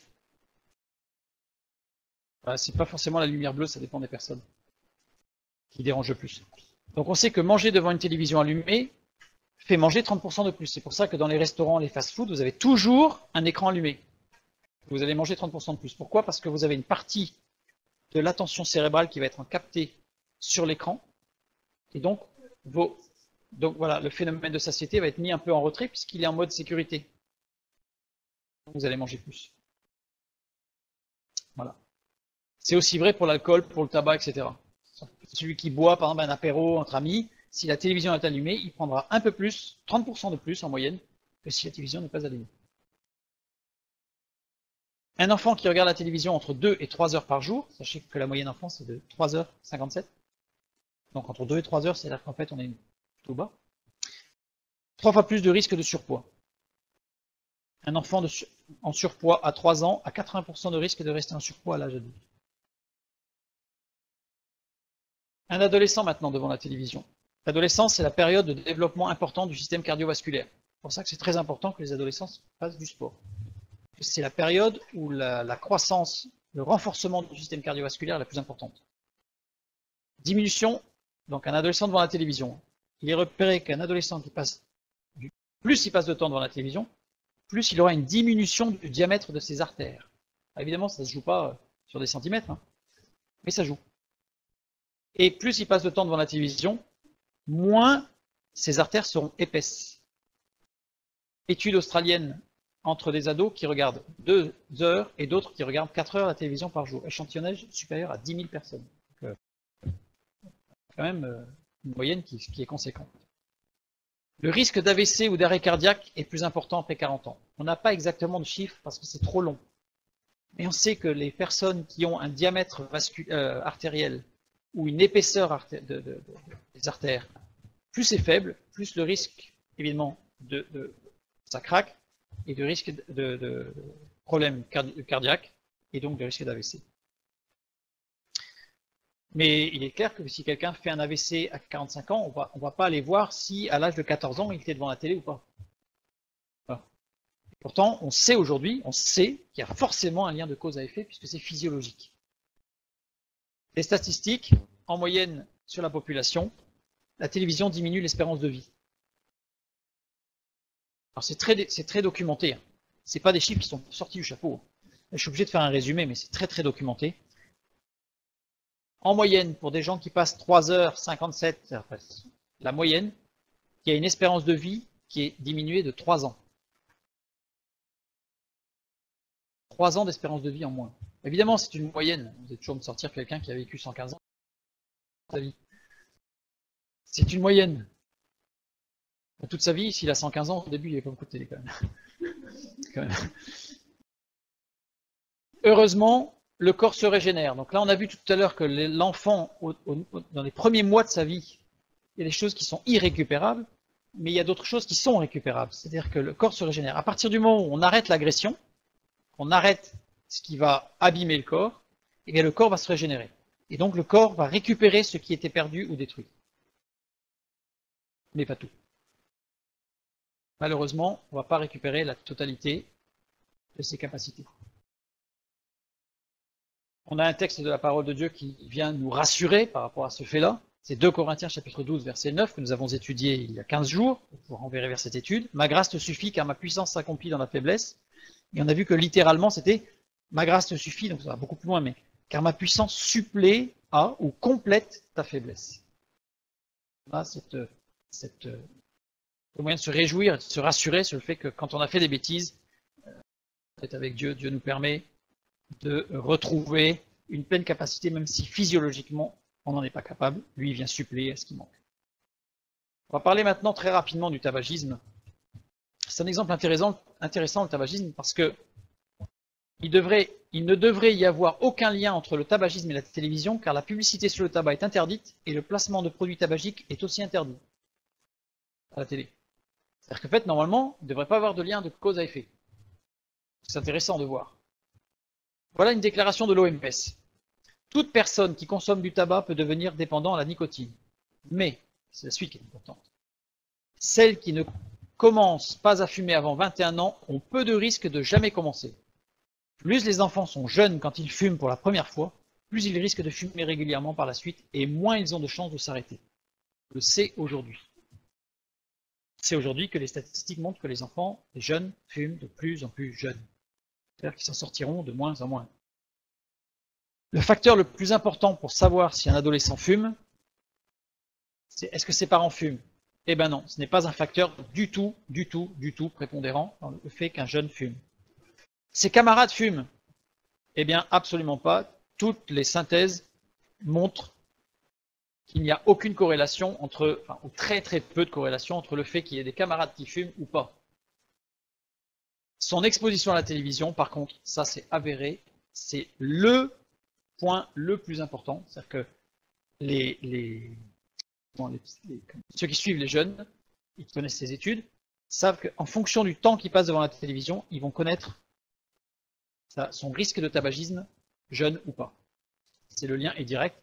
Le point le plus important, c'est cela. On va le voir un peu plus loin. Plus de 70% des films de la dernière décennie, donc depuis 10 ans, montrent des fumeurs positifs. C'est quoi un fumeur positif? Eh ben, c'est quelqu'un qui socialement est accompli, donc il a fumé un cigare ou une cigarette, parce que quand même été bon sur ce coup-là. Réussite, succès. Beaucoup de films après le combat, après ils ont résolu l'énigme, une cigarette. Prenez un film qui est connu, qui est récent, comment ça s'appelle, Avatar. Ça passe totalement inaperçu. Mais l'héroïne, bon, il y a un combat presque mythique, elle s'en sort, et qu'est-ce qu'elle fait? La première chose qu'elle fait, c'est quoi? C'est systématique. Il n'y a pas que le tabac, on va le voir après. Jamais d'allusion